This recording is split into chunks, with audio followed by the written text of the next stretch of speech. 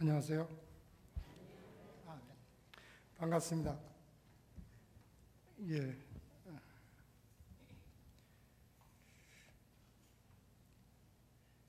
제가 걷는 기도라는 책을 쓰긴 했습니다만 이게 신학책은 아닙니다. 그렇다고 설교집도 아니고요. 근데 그런 책을 기억하시고 또 이렇게 초대해 주셔서 초청하셔서 저를 불러주셔서 뭔가 얘기할 수 있는 시간을 주신 우리 안희선 목사님께 감사를 드립니다. 안 목사님하고 저는 이제 그 감리교 예배서 만드는데 물론 안 목사님은 저보다 한참 선배시고요. 그런 일을 만드신데 앞장서셨는데 안 목사님이 이제 제가 그래도 학자라고 해서 조금 거기에 참여해서 도움을 드리고 그랬던 그런 인연이 있습니다. 그리고 그보다 더 나아가서는 제가 기억하기에 안 목사님이 원주 출신인데 저랑 아주 가까웠던 친구, 지금은 하늘나라에 간 전도사지만 그 친구랑 원주에 종종 가고 그랬는데 그럴 때 좀 몇 번 뵌 그런 기억이 있습니다. 그래서 목사님께서 와서 특강을 해달라 그래서 저는 어쨌든 이게 얘기거리가 되나 저 혼자 고민했습니다. 저 혼자서 잘났다고 저 혼자 즐거워서 다닌 길이지 또 누구에게 그렇게 서서 얘기할 거리가 되나, 그냥 앉아서 심심풀이로 얘기하면은 가지만. 그래서 저 고민했는데 목사님께서 부르셔서 왔습니다. 그리고 또 제가 약간 당황한 건, 저는 특강이라 그래가지고 물론 이제 제가 학교에도 있고 그랬습니다만 저는 그 상황을 교실로 생각했습니다. 그래서 수원 종로교회 교육관 어느 한 방에서 점심 식사 후에 관심 있는 사람들 모여서 거기서 얘기를 같이 나누는 것인 줄 알았는데 와봤더니 주께서 저를 청년들 헌신 예배 설교자로 세워놨습니다. 그래서 약간 당혹감이 없지 않아 있지만요. 감리교 목사는 어떤 처지였는지 주께서 하라는 대로 하게 돼 있으니까 어쨌든 제가 따라가겠습니다. 어쨌든 제가 이 걷는 기도라는 책을 지금 안 목사님 저에 대해서 간단히 소개를 시켜주셨는데요. 모건대학교에서 예배학과 설교와 예배학 강의를 하다가 호주에서 부름이 왔습니다. 그래서 호주 가서 4년 가까이 있다가 올 초에 왔습니다. 그 호주 가기 전에 책을 내고 제가 좋아하는 사람들에게 책을 팔려고 하는 게 아니라 책을 뿌리고 갔습니다. 어쨌든 그러면서 이 걷는 기도라고 하는 건 제가 어떤 특별한 기도, 사람들이 기도할 줄 모른다 그래서 어떤 특별한 기도의 방법이나 기도 유형이나 그런 걸 얘기하려고 쓴 건 아닙니다. 그냥 제목이 걷는 기도였을 뿐이지. 그리고 제가 걷는 걸 좋아했는데 수없이 걷는 시간 동안에 할 게 특별히 뭐가 있습니까? 혼자 가면 특히 둘이 셋이 가면은 수다도 떨고 정신없이 갈 수도 있겠지만 또 저는 그렇게 다니는 것보다 혼자 가기를 무척 많이 좋아했는데, 혼자 가면서 할 일이라는 것은 하나님께서 만들어 놓으신 그리고 창조해 놓으신 이 세계의 모습을 눈으로 보고 느끼고, 우리가 관광이라 그렇게 얘기하죠. 관광, 볼관자에다 빛광자입니다. 그렇죠? 근데 우리 관광 그러면 좀 그냥 쓰잘데없이 돌아다니는 것, 돈 쓰고 다니는 것, 그런데 한자 말로 그대로 풀면은 빛을 본다는 거 아닙니까? 관광이라는 게 놀러 다닌다는 게 싸질러 놀러 다닌다는 게 아니라 관광이라는 뜻은 원래 참 좋은 거라고 저는 생각합니다. 빛을 보러 가는 거죠.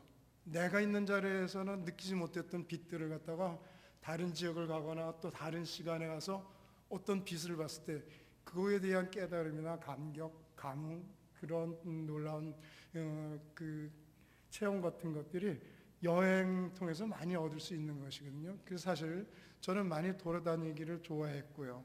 그리고 또 좀 활동적인 걸 무척 좋아했습니다. 운동도 좋아하고요. 물론 가만히 앉아서 책을 쓰기도 하지만은 많이 움직이는 걸 좋아했는데, 그러면서 혼자 길을 가다 보면은 할 수 있는 것, 하나님께서 만드신 그 세계를 쭉 이렇게 느끼고 바라보면서 빛을 찾는 것과 동시에 그러면서 제가 할 수 있는 거라고는 잡념부터 시작해서 여러 생각들을 하게 되죠. 그러면서 더 소중한 시간은 기도할 수도 있게 되어지고요. 기도하게 되죠. 그래서 제가 다니면서 경험했던 그것들을 책으로 엮으면서 제목은 그냥 걷는 기도라고 했습니다. 사람들은요, 흔히 보면은 요즘도 어느 선교 단체에서 보면은 예를 들면 하나님 음성을 듣는 법 그러면서 뭔가 자기들 단체만의 특별한 비법이 있는 것처럼 그렇게 아주 신비주의적으로 하나님은 신비지만요, 우리들에게 이미 성경을 통해서 그리고 예수 그리스도를 통해서 그건 신학적으로 분명한 겁니다. 하나님에 대해서 모든 계시를 다 해주셨는데 밝히 보여줬는데 아직도 엉뚱한 사람들은 딴 곳에서 찾으려고 그러고 다른 어떤 특별한 방법이 있는지 그러다 보면 그런 것이 좀 심해지면 뭐에 빠집니까? 이단에 빠집니다. 신천지가 와서 야, 너 이 비유풀이 원래 그게 아니야 이거야 라고 하면은 눈이 금방 이렇게 돌아가죠. 뭔가 새로운 걸 주면은 그게 진리인 것처럼 생각이 돼서 그런 걸 겁니다. 그런데 금방 혹합니다. 그런데 그렇게 얘기하는 사람들, 미혹하는 사람들이 모든 얘기 다 그럴싸하게 그러잖아요. 모든 게 다 앞뒤가 척척 맞는다라고 그렇게 얘기하는데 그거는 성경과 그리고 예수 그리스도 하나님께서는 그 모든 걸 통해서 이미 밝히 계시를 하셨고 이미 2000년 동안 수많은 학자들이 그것에 대해서 다 어쩌면 분석했다고 해도 과언이 아닙니다. 요즘 이제 뭐 새로운 학문적인 연구가 더 있고 그렇지만 어쩌면은 기본적인 것, 우리가 신앙적인 데 있어 토대가 되는 것들은 이제 다 고착이 되어졌다고 해도 과언이 아닙니다. 그러니까 정말로 성경에 있는 말씀들 해 아래 새 것 없습니다. 새롭게 된 건 하나님을 믿는 사람들이 날마다 성령 안에서 새롭게 되는 건 새로운 것이지 뭔가 하나님의 또 새로운 모습이 있나 그렇게 찾는 건 그건 참 어리석은 것이라고 할 수 있죠. 그래서 기도하는 데 있어서도 이런 특별하게 기도하는 곳이 있어야 된다. 또는 방법이다. 또 하나님 음성을 듣는 법이다. 그렇게 얘기하지만요. 저는 그런 거 크게 중요하지 않다고 봅니다. 정말로 성경에서 얘기하듯이 하나님 주님이 내 안에 내가 주 안에 정말 이렇게 돼서 그리스도와 합일이 된 상황 그 가운데 있어서 그때는 아무 생각하지 않아도 그 시간 자체가 합일된 상태가 기도 시간이라고 저는 그렇게 크게 얘기합니다. 우리들이 기도 그러면 흔히 간구하는 것, 내가 뭐를 바라는 것 그것만을 외치고 소리내고 또 부르짖어야 기도라고 하는데요. 저는 통성기도도 하고요. 이게 방언도 하고 그렇지만 그것만이 올바른 기도의 방법이라고 보지 않습니다. 그리고 기도가 내가 생각하는 것, 간구하는 것만 내놓는 게 기도가 아닙니다. 예배학적으로 봐도요. 기도는요. 가장 중요한 건 뭐냐? 하나님 찬양하는 게 기도입니다. 초대교회에서부터 내려왔던 기도의 가장 큰 정의는 뭐냐면 하나님을 찬양하는 겁니다. 어떤 하나님이냐? 천지 만물을 창조하시고 그 가운데 우리 생명을 허락하시고 우리를 지키시고 돌보시고 우리를 구원하시는 하나님을 찬양하는 것 그게 기도인 겁니다. 가장 기도의 그뜸이 되는 건 하나님 찬양입니다. 조금 더 바꾸면 어떻게? 그 찬양은 하나님께 영광을 돌리는 것이죠. 그러니까 우리가 기도할 때 항상 하나님을 부르고 하나님께 영광을 돌려야 되는 거 당연합니다. 그리고 그 기도 안에 뭐가 들어가게 됩니까? 고백이 들어가게 되고요. 감사가 들어가게 되어지는 것이죠. 그렇죠? 그 다음에 이제 하나님이 날 다 돌보시는데 그래도 이 부족한 이 미물딱지가 아직도 하나님이 날 모르는 것 같아서 좀 불확실하면 하나님 이거 좀 들어주십시오라고 하는 게 그 기도의 끝물에 붙는 어쩌면 간구고 탄원이기도 합니다. 하나님께서는 그러지 않습니까? 우리의 오장육부를 다 지으시니가 어찌 너 깊은 속도 모르냐? 하나님이 귀가 없어서 듣지 못하냐? 다 알고 계심에도 불구하고서는 우리를 지켜보고 계시다는 거죠. 우리가 드리는 기도는 과연 어때야 할까? 글쎄요. 저는요. 어떤 특별하게 소리내서 한다든지 어떤 특별한 방법만을 얘기하고 싶지 않습니다. 모든 시간 그리고 나의 모든 삶 자체가 하나님 안에 거한 주님 안에 거하고 나의 마음이 온전히 주님만을 향해 있는 그 시간 그것이 기도의 절정이라고 저는 믿습니다. 그리고 그것이 기도의 본래 모습이고요. 그렇게 되면 찬양이 절로 나옵니다.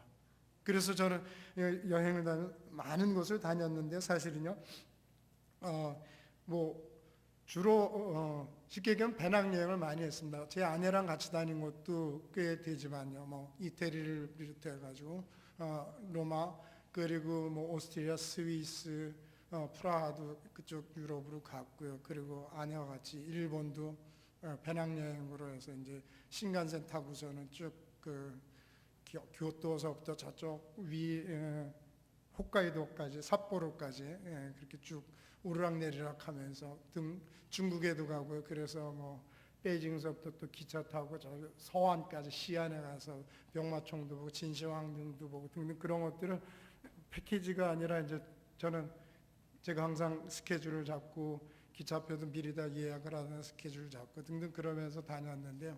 그 뭐 아내랑 같이 이스라엘도 가고 터키 다 그 성지순례도 이제 제가 스스로 짜고 다니고 그랬습니다. 사실 그래서 조금 어려운 순간, 어렵다라기보다는요, 예를 들면 이스라엘 같은 데 있어서는 안식일이나 토요일 날은 제가 상상한 것 이상으로 정말로 대중교통이 없다라는 걸 제가 설마 그럴까 하고 그랬는데 가서 보니까 정말 유태인 아닌 이스라엘 성에 가보면 유태인들과 팔레스틴인들이 같이 섞여 살죠. 팔레스틴들이 운영하는 택시만 다닐 뿐인데 장거리를 이동하기에는 택시를 탈 수는 없고요. 그러면 어쩔 수 없이 하루도 묵어 가는 거고.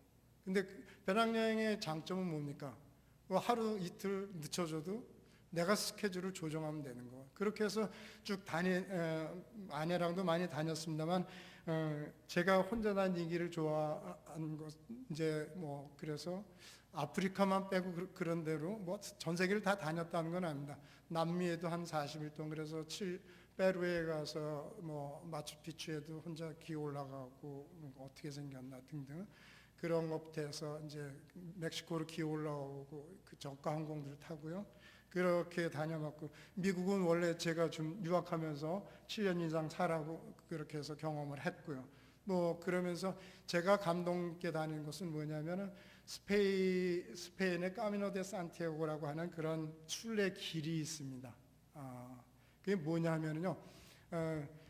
파울로 코엘료가 순례자라고 하는 길에 있어서 지상에 세 개의 순례길이 있다. 성스러운 길이 있다. 하나는 예루살렘을 향한 길이고 성지 순례죠. 그리고 두 번째는 로마를 향하는 길이다. 세 번째는 산티아고를 향한 길이다. 근데 산티아고는 지구상에 몇 가지 그 도시가 있습니다. 칠레의 수도도 산티아고고요. 그리고 스페인에도 산티아고가 있습니다.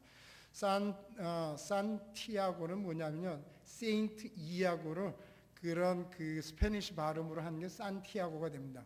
세인트는 성자란 뜻이죠. 이아고는요, 야고보를 갖다가 스페인 말로 할 때 있어서 이아고가 됩니다. 야고보가 되는 거예요. 예수님 12제자 중에 있어서 큰 야고보입니다. 그 야고보가 그 순교를 해서는 그 시신이 묻혀 있다고 미쳐지는 게 지금 스페인 북동쪽 끝에 있는 그 도시인데 그 도시 이름이 바로 뭐냐면 산티아고입니다. 세인트 이아고, 성 야고보라는 이름이죠. 그래서 그 칠레 산티아고도 마찬가지 그런 성서 이아고, 야고보와 관계된 이름입니다. 그 야고보, 이아고와 관계된 건 샌디에고, 예, 미국의 샌디에고도요, 산티아고입니다. 쉽게 영어식으로 표현된 그런 식으로 야고보에 대한 전설이 가장 강하게 깃들여 있는 곳이 산티아고인데 스페인 북부에. 근데요, 그 산티아고의 중세 때부터 기독교인들이요, 물론 예루살렘도 성지순례라고 로마도 성지순례하고 그랬습니다만은 유럽에 있는 많은 사람들이 자기 집에서부터 산티아고까지 순례를 다니고 그랬습니다. 그럴 때 있어서는 자기 집에서 출발할 때 그 일정한 시간을 좀 맞춰서 가려고 그랬는데 언제냐면 7월 25일이 야고보의 생일입니다. 생일이라고 하면 옛날에 있어서는 태어난 날을 얘기하지 않습니다. 요즘도 성자들 얘기하면은 기독교 초대교회에 있어서의 그런 그러니까요, 그 교부들 많은 경우 순교당하고 그랬는데요. 그들이 생일이라고 일컬어지는 날들은 뭐냐면 다 순교당하거나 죽은 날입니다. 기독교 초대 기독교 역사에 있어서 그런 유명한 신앙인들이 태어난 날은 모릅니다.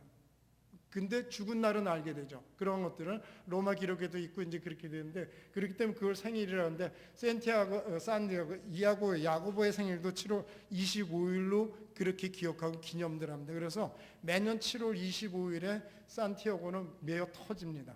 정말. 그래서 뭐 제가 처음 갔던 게 2000년 초인데, 그때만 해도 7월에는 한 달에만 2만 명이 넘는 사람들이 그 길을 갔다라고 얘기를 합니다. 지금은 더 많을 겁니다.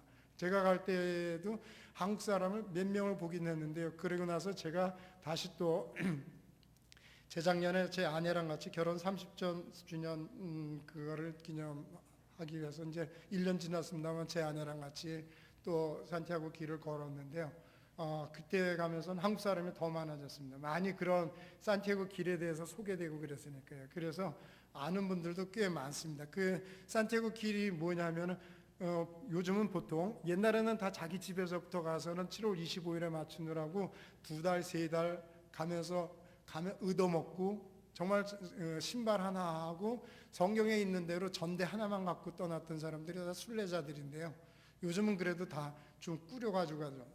저도 겨울에 제가 처음에 갔던 때는 겨울이고, 그리고 아내랑 같이 갔을 때는 봄이었는데, 어쨌든 봄에도 좀 쌀쌀하긴 한다면 겨울에 가다 보면은요 정말로 춥습니다. 그리고 겨울에는 가는 사람도 없습니다.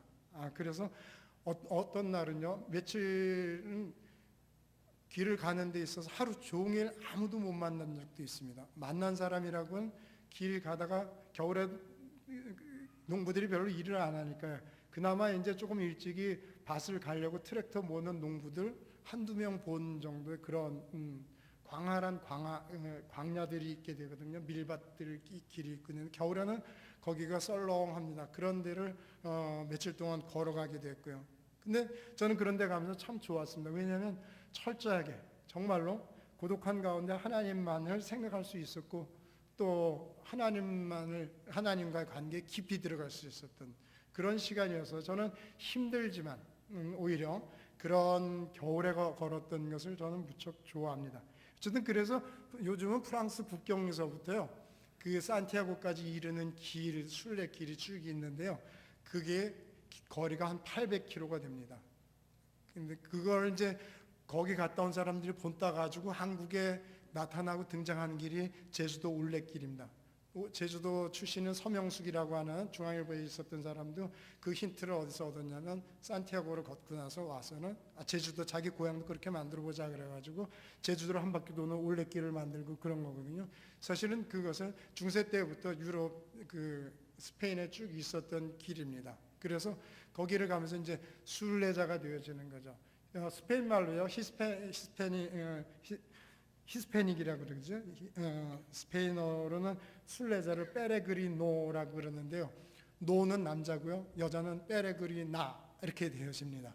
그런데요. 어쨌든 그래서 그 페레그리노의 그 신분으로선 그 길을 쭉 가게 되어집니다. 가면서 중간중간에 유스 호스텔과 같은 숙박 시설들이 수없이 많이 있습니다. 참 잘 돼 있습니다.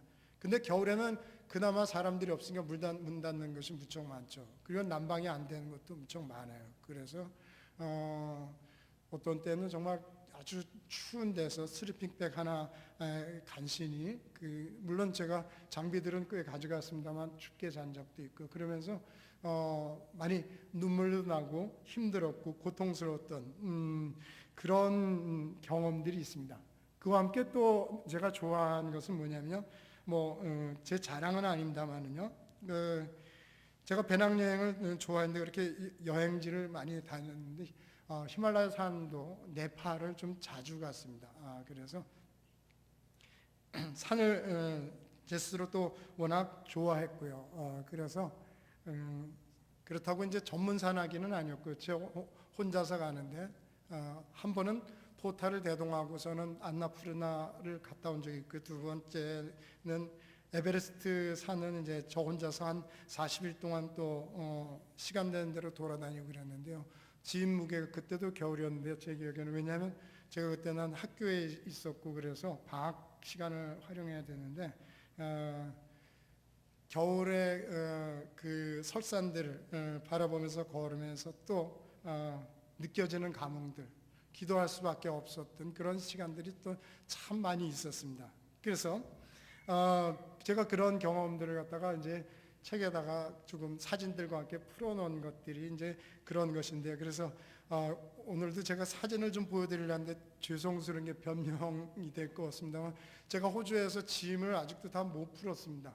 근데 거기에 그때 2006년도 7년도에 찍었던 사진들이 CD로 되어 있는데, 저는 제 컴퓨터에 노트북에 저장되어 있는 줄 알았는데 옛날 건 없더라고요. 그래서 제가 보여주고자 했던 그런 정말 제가 감동을 받았던 그런 장면들, 그런 것들이 보여주지 못해서 좀 안타깝기는 합니다. 정말로 걷는 기도라고 할 때 있어서는요, 기도하기 위해서 걷는 것도 아닙니다. 그리고 또 걷는 동안에 내내 기도만 하는 것도 아닙니다. 그렇지 않겠어요? 기도하는 동안은 여러 가지 잡생각도 납니다. 나를 화나게 했던 사건들도 솟아오르고요.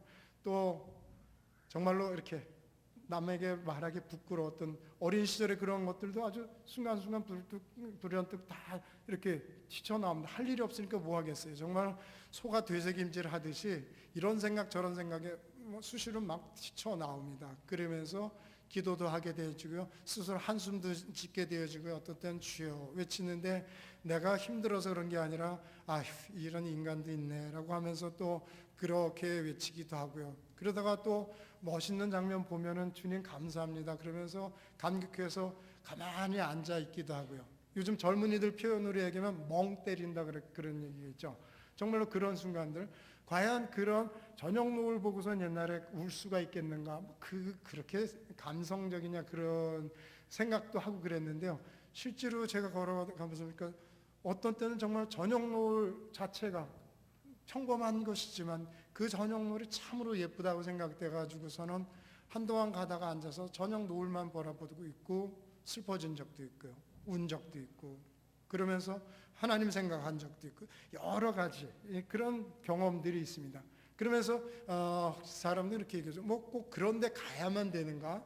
사진 보면서 느끼면 안 되겠는가? 그런데 물론 그렇게 느낄 수도 있습니다. 그렇다고 뭐 저는 뭐 큰 돈 내고선 꼭 어디 특별한 데를 가야 된다라고 이제 그렇게 주장하지는 않습니다.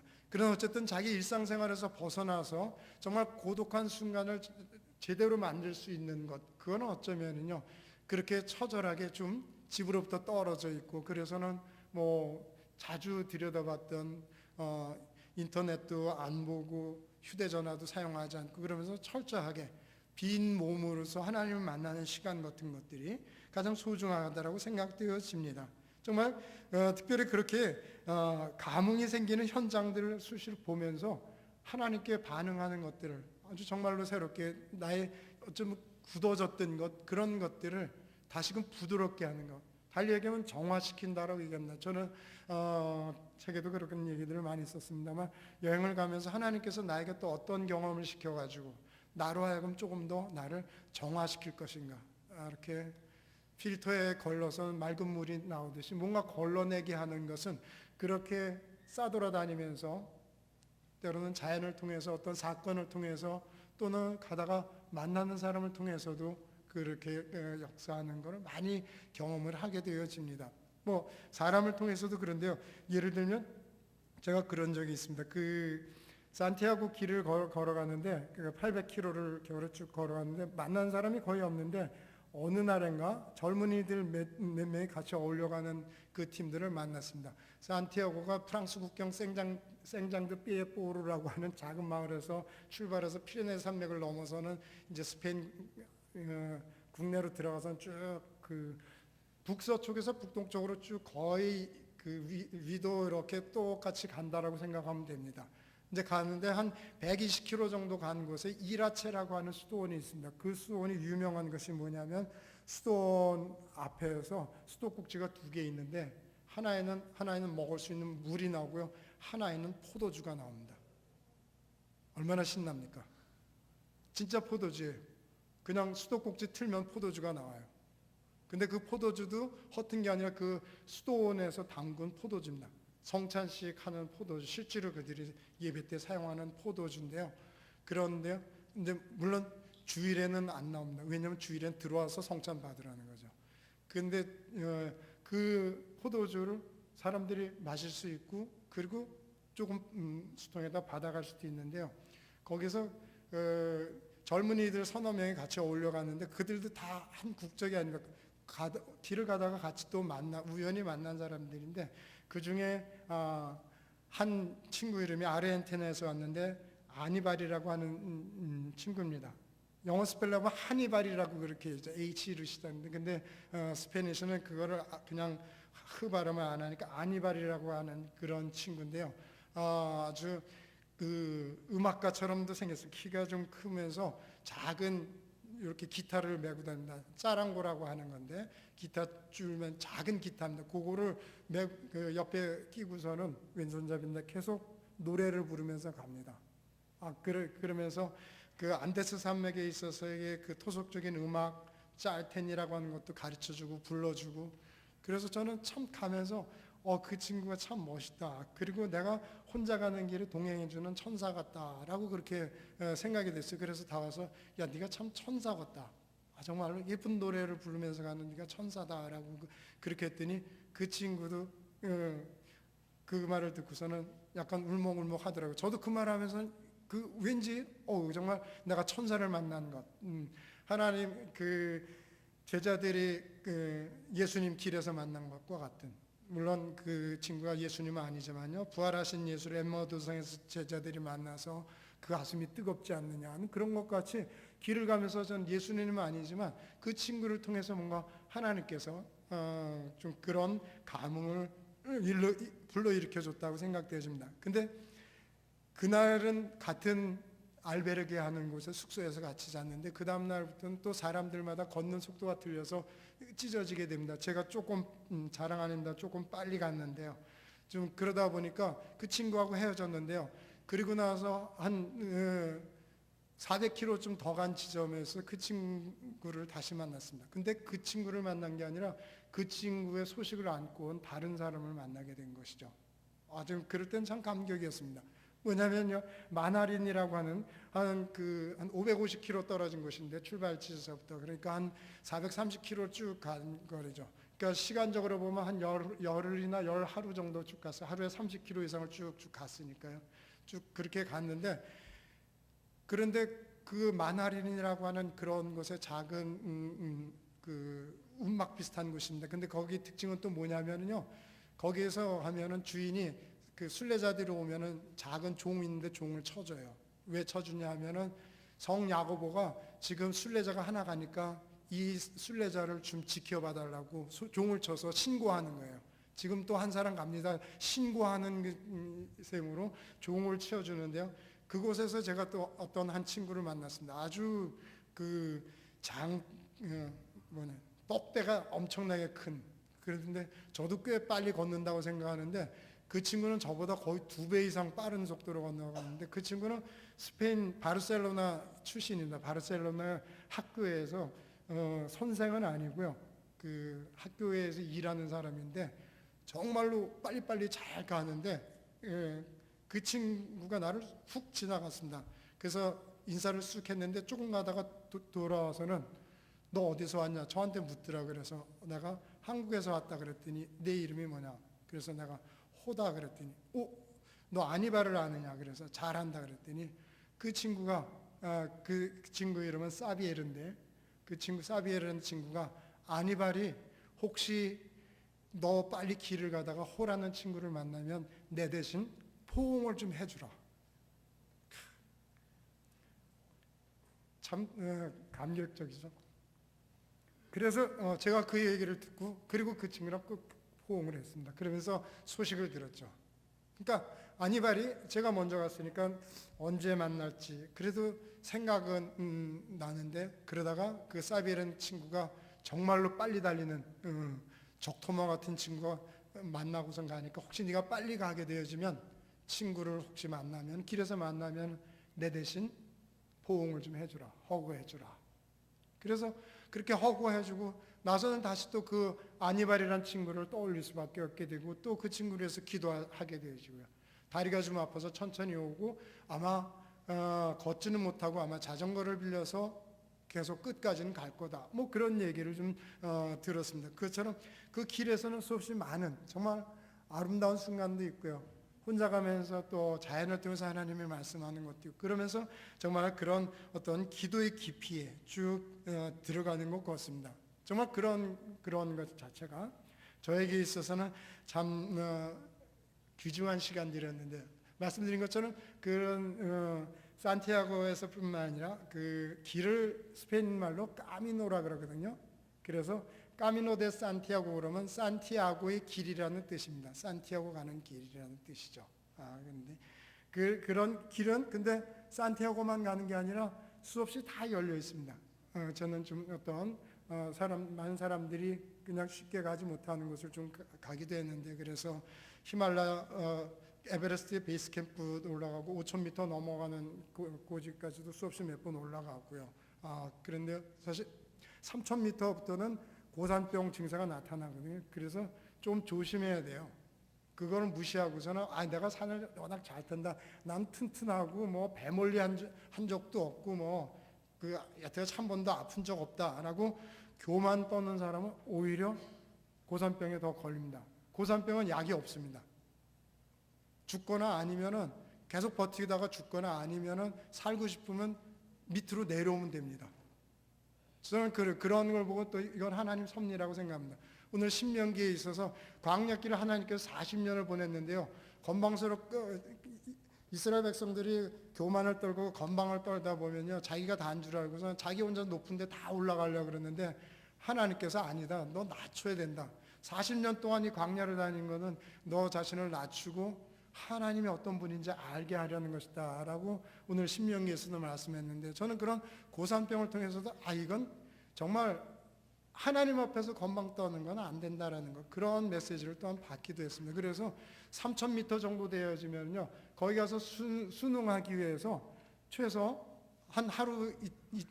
하루를 머물러야 됩니다. 몸이 거기 적응해야 됩니다. 그리고 3,000m 이상에서는 하루에 고도를 700m 이상 올리는 것은 그건 거의 죽음이라고까지 그렇게 얘기를 합니다. 왜냐하면 3,000m 이상에서는 산소가 희박해지기 때문이죠. 올라가면 올라갈수록요. 그래서요 4,000m 고도에서는 과학적으로 얘기하면 상소 용종량이 산소가 공기 중에 있는 게 대지에 그냥 그 표준 우리들이 있는 뭐 100m 그런 데보다 60%밖에 되지 않는다 그럽니다. 그러니까 60%라 그러면 엄청나게 산소량이 작은 거예요. 그래서 제가 에베레스트 갈 때도 보면은 그 3,000m에서 베이스 캠프 비슷한 곳이 남체라고 하는 곳인데 그래서 거기서 사람들이 보통 하루나 이틀을 머뭅니다. 그러면서 거기서 다른 곳에 왔다 갔다 그래요. 조금 더 높은 곳 한 그 100m, 200m 조금 높은 곳에 올라갔다가 내려옵니다. 올라갈 때 무척 힘든데 그 200m도 내려오면요 3,000m 거기 남체가 3,240b인가 고도가 제가 그렇게 기억하는데 거기에 가만히 있어도 머리가 어지러운데 거기서 조금 더 올라가면 머리가 막 이렇게 쪼개질 듯 합니다. 그러다 거기서 다시 남체로 내려오죠.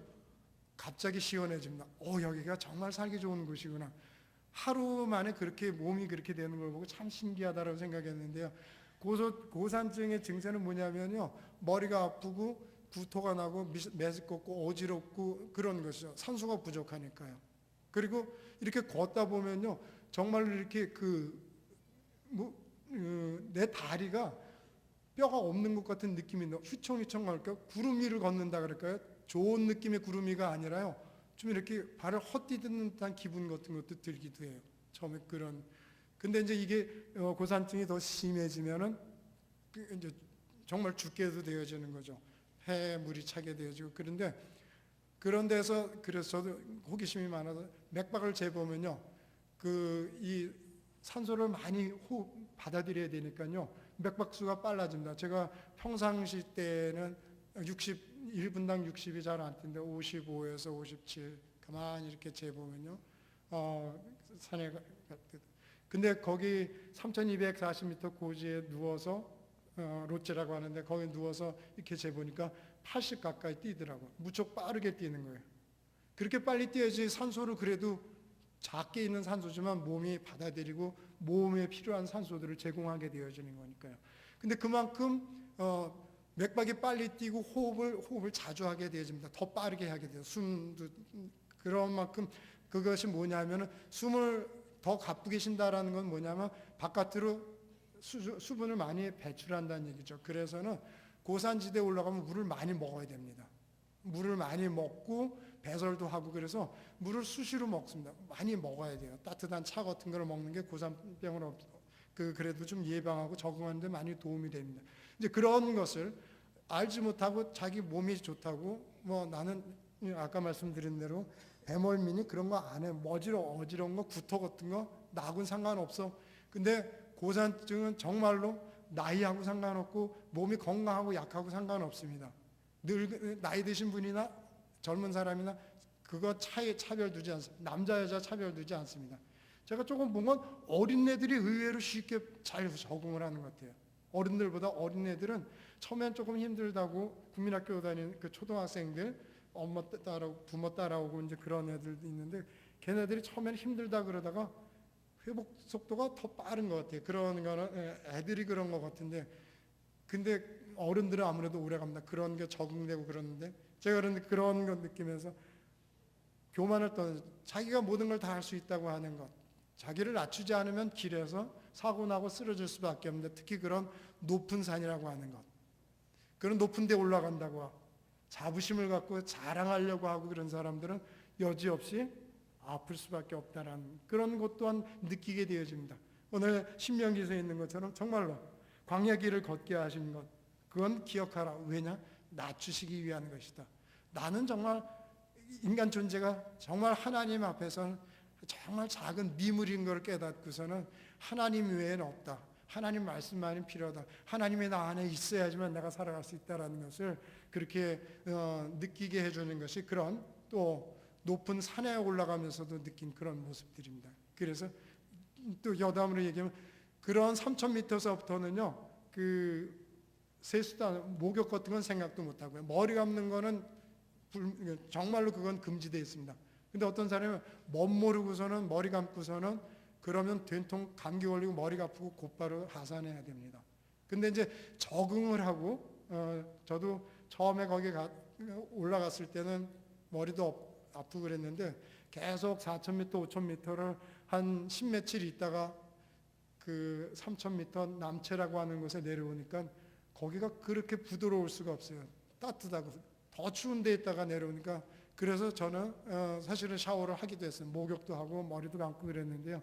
그만큼 그건 적응한 후에는 되어지는데 그전에는 자기 자신 말 내세우면 되지 않는다는 것. 그런 것도 그런 길을 걸어가면서 많이 느끼게 되어집니다.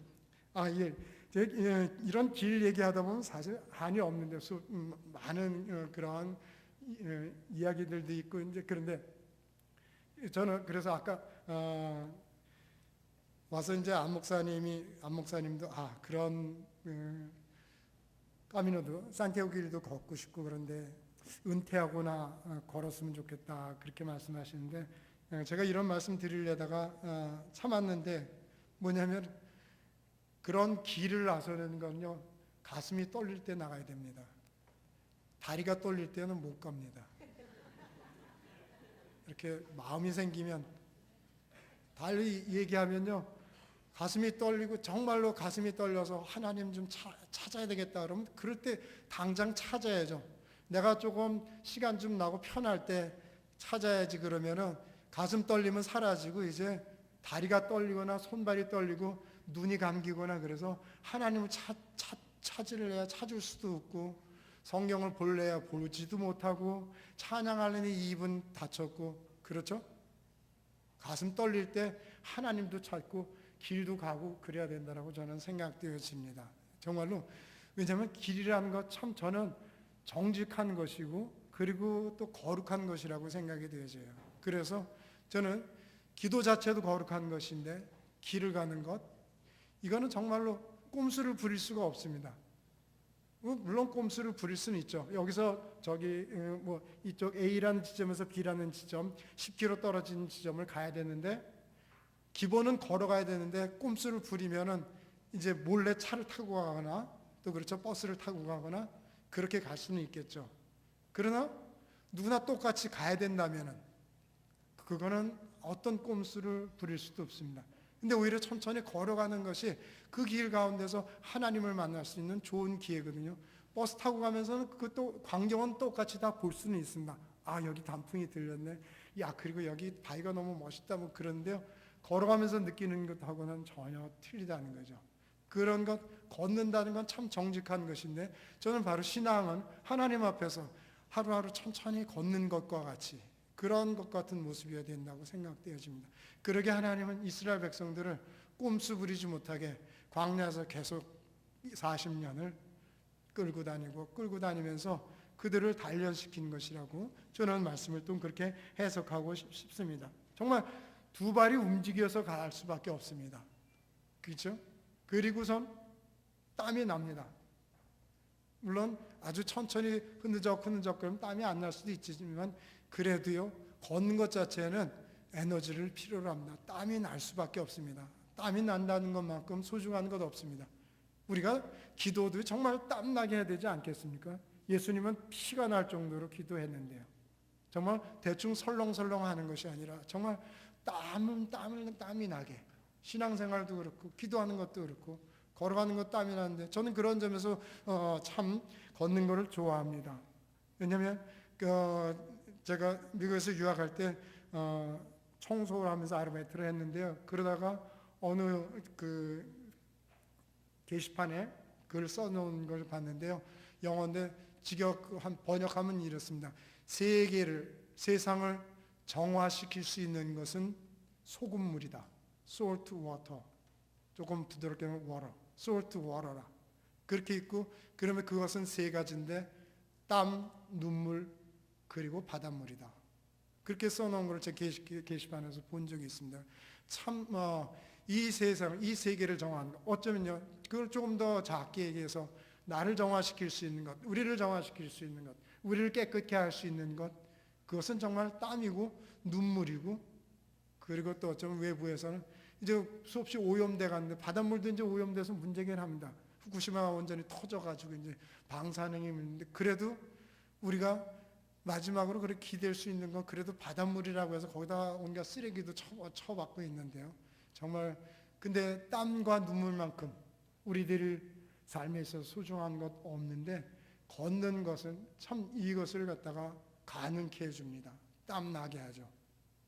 그래서 요즘도 이제 뭐 그런 치매를 예방하거나 또 치매도 기수가 있죠. 1기에서 4기까지 있는데 1기서부터 4기까지 다 그 치매 치유의 한 방법이 그런 게 나와 있죠. 하루에 1시간 정도 빠르게 걷기.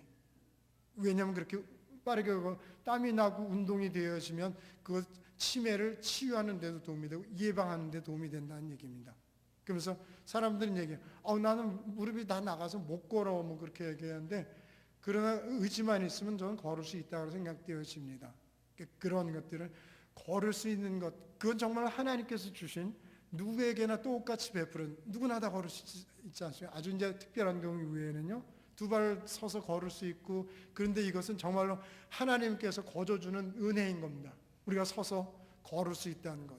근데 걸으면서 또 기도할 수 있다는 것, 우린 기독교인으로서 참 멋진 일이라고 생각되어집니다. 저는 그래서는요, 기도인데 뭐 특별히 아까도 말씀드렸습니다만 시간이 많이 가서 그 중세 때부터 그 순례했던 그 순례자들 가운데서 특히 이제 그리고 오소독스의 순례자들도 꽤 많은데 그들이 그 기도책이 있는데요. 기도책의 내용은 뭐냐면은요, 여러 기도문이 많이 있는 게 아니라 딱 한 구절만 하루 종일 그리고 계속 순례하면서 그거를 반복해서 했다라고 얘기합니다. 그게 뭐냐면 라틴어로 하면 키리에 일레이존. 키리에는 주여라는 뜻이고 일레이존은 불쌍히 여기시옵소서. 다른 기도가 주님을 찬양하고 나서 주님 앞에서 기도할 수 있는 것은 뭐냐? 순례자가 드릴 수 있는 것은 주여 나를 불쌍히 여기시옵소서. 그래서 다른 기도, 더 복잡한 기도 없이 이 기도만 하루 종일 24시간 동안 계속 길가면서, 그리고 하루가 아니라 일주일 그 순례 성지에 도달할 때까지 그 기도만, 다른 기도하지 그 기도만 했다라고 든 기록도 있습니다. 그러니까 그 기도는 그렇게 복잡하지 않습니다. 정말로 키리에 일레이전. 그건 이제 저는 이제 공부한 사람이라고 좀 유식한 티를 내느라고 그러는데, 저는 주여 나를 불쌍히 여기시옵소서, 그리스도시여 나에게 자비를 베푸시옵소서, 그렇게 얘기합니다. 키리에 일레이전, 불쌍히 여기시옵소서, 자비를 베푸소서, 일레이전에 다 깃들여 있는 겁니다. 그래서는요, 키리에 일레이전, 그리스데 일레이전, 주여 나를 불쌍히 여기시옵소서, 그리스도시여 나에게 자비를 베푸시옵소서. 걸어가면서 딴 생각 없습니다. 그것만 이렇게 흥얼흥얼거리면서, 또 그러다 보면요, 걷는 것도 재밌습니다. 발 리듬에 맞춰서 쭉쭉 되어지는데요. 그런 것이, 그래서 몸도 가벼워지는 걸 느끼고요, 마음도 가벼워지고 참 편안해지고 여러 가지 느낌들 경험을 할 수 있습니다. 예를 들어 어떤 그런 자유의 느낌도 충분히 받을 수 있는데요. 제 자랑입니다. 한 가지만 조금 더 잘하면, 저는 마라톤 매니아입니다. 마라톤 매니아인데요.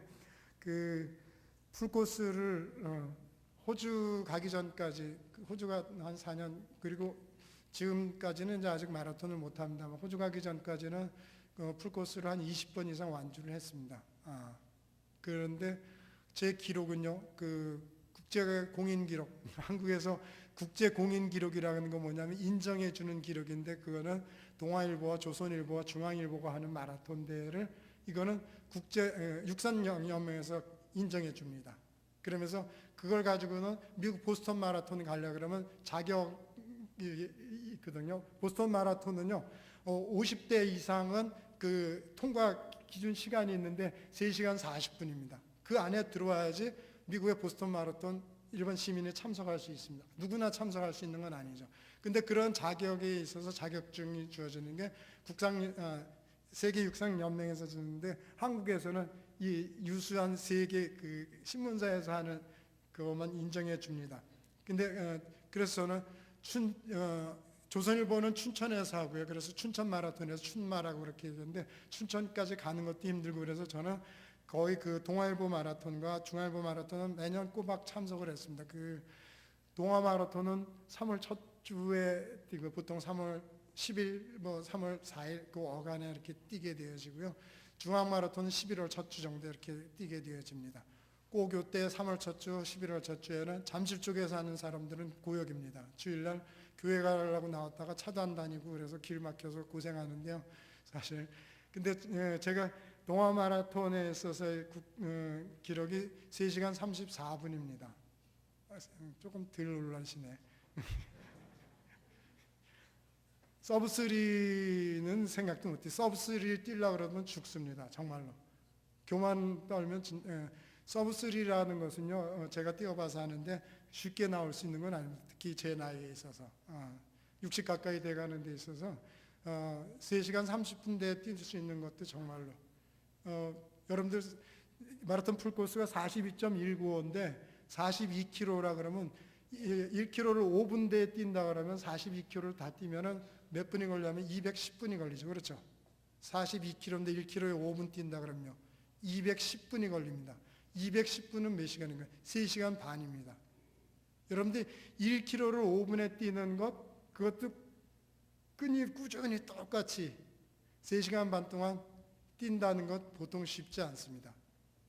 제가 연습할 때는 1km를, 그러니까 풀코스를 안 뛰니까요, 보통 10km나 20km 많이 뛰면 그러는데 1km를 4분 25초, 4분 30초에 뜁니다. 근데 그건 몸에 힘이 있을 때고요. 그렇죠? 그렇게 쭉 뛰다가 한 하프를 지나고 나서 30km 정도 되어지면 아무래도 뚝 떨어집니다. 연습을 아무리 많이 했다 그래도 그 다음부터는 초반에는 1km를 4분 20초대에 뛰다가도요, 나중에는 5분 30초대로 떨어지게 됩니다. 그러니까 결국 평균을 하면은 5분대에 계속 뛰게 되어진다는 그런 얘기죠. 근데 5분대 계속 뛰는 것도 참 쉽지 않습니다. 중간에 한 4, 5분을 쉬면서 스트레칭 해줘야 됩니다. 허리도 아프고 팔다리도 아프고 그렇게 되어지는데 그것은 경험하지 않은 사람은 모르는데 여러 가지 고통들이 따릅니다. 어쩌면 길을 걷는 것처럼 땀을 흘려야 되는 것 같은 건데요. 제가 말씀드리고 싶은 건 마지막으로, 그런데 그 뛰는 사람들이 있어서의 그 어느 한 순간에 있어서 고통이 전혀 없는 순간들이 찾아옵니다. 그거를 달리기 하는 사람들에게 있어서는 런너스 하이라고 얘기합니다. 뛰는 사람들이 완전히 이렇게 하이 상태에 올라가게 되어진다는 것인데요. 그런 거는 뭐냐면 보통 그냥 아무리 천천히 뛰는 사람은 안 되고요. 보통 1km를 5분 이내로 뛰어질 정도로의 속력으로 유지했을 경우에 나타나는 겁니다. 그러니까 제가 경험한 것도 한 4분 30초대로 쭉 한 5km 정도 뛰고 나면요. 5km 뛰고 나면 한 20 몇 분 뛰고 나왔죠. 그 다음에 또 계속 갈 때 있어서 그 정도 5km 정도 뛰다 보면요. 제 심장 박동하고 제가 그런 걸 느낍니다. 심장 박동하고 뛰는 거지만 심장이 빠르게 뛴다고 생각되지 않고요. 심장 박동과 제 호흡 내쉬고 들이마시는 것, 그리고 제 발 보폭 뛰는 것, 그것이 전체가 하나가 일치가 된다는 느낌을 가질 때가 있습니다. 정말 그런 건요. 그런 경우는 뭐 어렵지 않습니다. 그런 때에 있어서 뭐냐면 몸이 하나의 리듬, 똑같은 리듬으로 간다고 될 때 있어서 또 하나 느끼는 건 뭐냐면요. 힘들지 않다라는 거. 정말로 편하다라는 생각이요. 그래서 그거는 이제 그 스포츠 과학자들이 분석을 했습니다. 그 마치 마약과 비슷한 성분들이 우리는 뭐 엔돌핀이라고 그렇게 표현하는데 그런 것이 그런 순간에 그 인간 뇌에서 나온다는 것이죠. 그래서 그렇게 그 순간에 딱 들으면 그걸 느껴져요. 있는데 또 그 뭐냐면 제가 뛰는 게 착착착착 아주 규칙적인 리듬으로 가면서 숨과 맥박과 호흡, 발 그러면서 몸은 아주 가볍게 느껴집니다. 그러면서 이게 정말로 참 자유한 모습이 아닌가. 어떤 거에도 얽매이지 않고서는 그것과 완전히 하나 리듬이 하나가 되어졌을 때. 조금 더 신앙적인 얘기로 하면 정말로 내가 주님 안에 주께서 내 안에 있는 것 그때 있어서 참 자유를 누린다고 했는데 우리가 그런 신앙인의 자유를 누려야 되는데 정말 주님과 하나의 리듬이 되어졌을 때 그런 것 충분히 기도 속에 있어서도요 시간 가는 줄 모르고 힘든 줄도 모르고 기도에 정말로 몰입하게 되어지는 그런 때가 있습니다. 여러분들도 경험했을 거고요. 그렇죠? 그렇다고 그 기도는 꼭 소리내서 하는 기도가 아니고 어쩌면요 소리내지 않는 기도이면서 깊게 들어가는 경우가 참 많이 있습니다. 그렇게 하는데 달리는데 끝까지 가지는 못합니다. 깨집니다. 마음의 평정이 깨집니다. 눈도 앞만 똑바로 보는데 어쩌면요 이렇게 눈만 뜨고 있지 뭐랄까요 이렇게 멍하게 뛰는 거라고 할까요? 그런데 눈에 어떤 장애물이 들어 누가 갑자기 달려들어서 갑자기 멈춰서거나 또는 뛰는데 다른 사람이 나보다 더 빨리 뛰어가면은 그거 쫓아가고 싶잖아요. 그럼 조금 더 내가 빨리 달린다 그러면 나의 모든 리듬이 깨지게 되어집니다. 비쓰게 되거나 내가 욕심을 내서 더 빨리 가거나 뭔가 해보려고 하면은 그 리듬이 깨지고 나면 그 다음에는 힘들어져요. 갑자기 어깨가 무거워짐을 느끼고요. 몸이 무겁다. 발이 좀 무거워진다는 걸 느낍니다. 그 전까지는 정말로 발이 가벼워요. 아주 상쾌해요. 정말 그런 경험 같은 것. 저는 달리면서 느껴봤는데 때로는 걸으면서도 그런 비슷한 그건 런너스 하이와는 다른 것이지만요. 걸으면서 하나님만 생각하고 걷다 보면요. 정말로 언제 여기까지 왔지? 아무 생각 없이 쭉 왔던 것 같아요. 눈은 뜨고선 그 뚝길을 걸어가거나 자연을 들판길을 걸어갔는데 정말로 저기를 언제나 걸어갈 수 있을까? 언제나 끝나지 그렇게 생각하는 게 아니라 하나님만 생각하다 보면 정말 지평선 끝인데도 어느 순간인가 쭉 거의 끝에 다가왔다는 것 그런 걸 느낄 때가 있습니다. 이것이 바로 어쩌면 우리들이 주님을 믿고 따르며 기도하는 영성의 깊은 그런 면이 아닌가 생각되어집니다. 그런 것이 우리들의 삶이 이곳에서 끝나지 않고 정말 영원한 세계를 향해서 나아가는 것인데, 여러분들도 정말로 땀도 귀중하게 여기고 또 솔직하게 하나님 앞에서는 정직한 가운데 겸허하면서 그러면서 기도하면서 길을 가시기 바랍니다. 하나만 더 첨가하면요, 또 낭만이 필요합니다. 사실은 길을 가면서 뭐 그 여러 가지 낭만적인 생각, 노래 불러도 좋고요. 그래서 저는요 꼭 찬송가만 부르지 않습니다. 좋아하는 유행가도 부르고, 그렇죠? 복송도 부르고, 그리고 또 뭐 가스펠송도 부르고, 그러면서 길을 가는데 여러분들 또 제가 바라기는 그건 즐거운 일입니다. 낭만적으로 기도도 정말 낭만 깃들여서 하나님 멋있는 분이야, 나의 삶이 참 예뻐, 그렇게 생각하면서 그렇게 살아가시는 그럼 여러분들 우리 주님의 성도들 모두 되기를 주의 이름으로 축원합니다.